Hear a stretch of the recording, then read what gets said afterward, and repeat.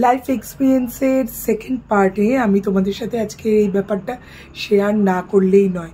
তোমরা জানো যে আমি ডান্স শেখাই, তো আমি আজকে এই ঘটনাটা হয়েছে, তাই ভাবলাম যে তোমাদের সাথে এটা অবশ্যই আমাকে শেয়ার করতেই হবে।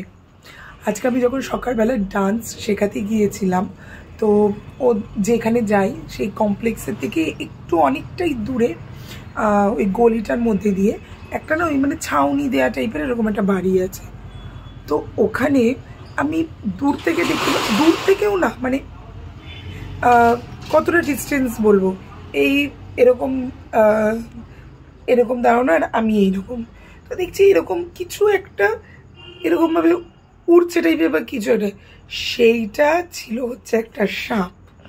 মানে আমি হয়তো আর 3 পা গেলে ওইটা হয়তো মানে আমি যদি ওখান থেকে তখন চলে যেতাম, মানে ওইখানটা দিয়ে যদি যেতাম আর 3 পা যদি এগিয়ে যেতাম, তাহলে আজকে মানে কিছু একটা হয়ে যেত আমার। রীতিমতো সাপটা ওইখান থেকে বেরিয়ে জাস্ট এরকম করে লাফিয়ে রাস্তায় পড়ে আবার মানে লাফ মেরে একটা পাঁচিলের ওপর উঠে ওই দিকটাতে চলে গেল। আমার না তখন জাস্ট কিছু আমি মানে বলবো কি, হাত পা মনে হচ্ছে মানে রীতিমতো আমার ঠান্ডা হয়ে গেছে। এইরকম একটা ঘটনা আমার ছোটোবেলাও আমার সঙ্গে হয়েছিল। সেইটা হচ্ছে যে এইরকম আগে যখন আমাদের বাড়িটা একটু ভাঙা টাইপের ছিল, তো তখন যে নিচে যে বাথরুমটা ছিল ওইখানে এরকম একটা ওটা দাঁড়াই সাপ বা কিছু একটা ছিল। তো ওই বাথরুমের ওপরটাতে না একটা সাপ ওই রকম মানে পেছন দিকে লেজটা আমি বাইরের থেকে দেখতে পাচ্ছি যে কিছু একটা পাইপের মতো যেন ঝুলছে। এই যে পাইপটাকে টেনে দেখবো, বেশ পাইপটা বেশ চকচক করছে এরকম টাইপের। হ্যাঁ, তো এইবার আমি জাস্ট হাতটা বাড়াতে যাবো আর এই মুহূর্তেই ও এইরকম ওর মুখটা ভেতর দিকে ঢোকানো ছিল আর আমি তো বাইরের থেকে দেখতে পাচ্ছি ওর শুধু লেজটা। তো ওর মানে ও তখনই মুখটাকে বার করে এরকম একটা পেয়ারা গাছ না টাইপের কিছু একটা ছিল, ওই ডাল দিয়ে নেমে ও জলের মধ্যে, যে তোমাদের পাশেই খাল, জলের মধ্যে চলে গেল। আমার তখন মানে মানে হাত পা মানে ঠান্ডা হয়েছে। ঠিক সেইটাই আমার আজকে মনে পড়েছিল। ওই আজকে যখন আমার সঙ্গে ওই ঘটনাটা ঘটলো তখন মানে আমি জাস্ট হয়তো 3 থেকে 4 পা গেলে ওই সাপ প্রথমত আমার গায়ের উপর পড়তো, পড়ে হয়তো আমি দেখো আমি তো আর সাপে পিএইচডি করিনি, তাই হয়তো না কামড়ালেও হয়তো বিষ নাই থাকতে পারি, কিন্তু ও আমার গায়ের ওপর উঠে যে এই মানে ভয়তেই তো আমি মরে যেতাম। হ্যাঁ, তো যখন হয়েছে আমি সবার মানে আমার যখন ওইটা যখন হয়েছে আমি যে আমি রাস্তাটি যাবো কী করে, আসার সময় তো আমি বাবা তারকনাথ করতে করতে এসে গেছি, ওই রাস্তা দিয়ে আমার কাজতে হতো। তো আমি একটা জিনিস আমি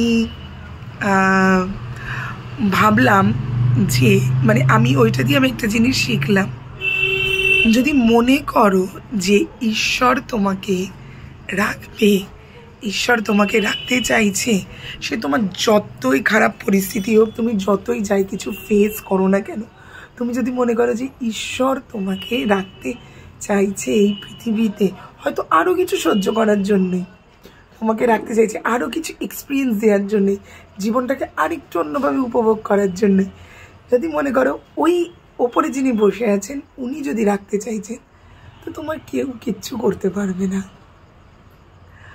আর দেখো আমি হচ্ছে যেহেতু ভোলে বাবার ভক্ত, কোথাও আমার এটাই একটা জিনিস মনে হয়েছে, আমার মাথার ওপরেই তো উনি বসে আছেন, তাই উনি আমার ওই ক্ষতিটা করতে মানে কোনো দিনই করবেন না। তাই আমাদের লাইফেও কিন্তু এইরকম অনেক টাইপের মানুষ আসে যায়, যারা হয়তো তোমার ক্ষতি করতে চায়, বা হয়তো তুমি তাদের পাল্লায় পড়লে তোমার হয়তো ক্ষতি হয়ে যেতে পারতো। আমরা হয়তো ভাবতে পারি ইস এই দূর থেকে হয়তো অনেক মানুষকেই আমরা ভাবতে পারি ইস এই মানুষটা তো কি ভালো, এর সঙ্গে যদি আমি মিশতে পারতাম তাহলে হয়তো আমি অনেক কিছু এক্সপিরিয়েন্স করতে পারতাম, আমার হয়তো অনেক কিছু ভালো হতো।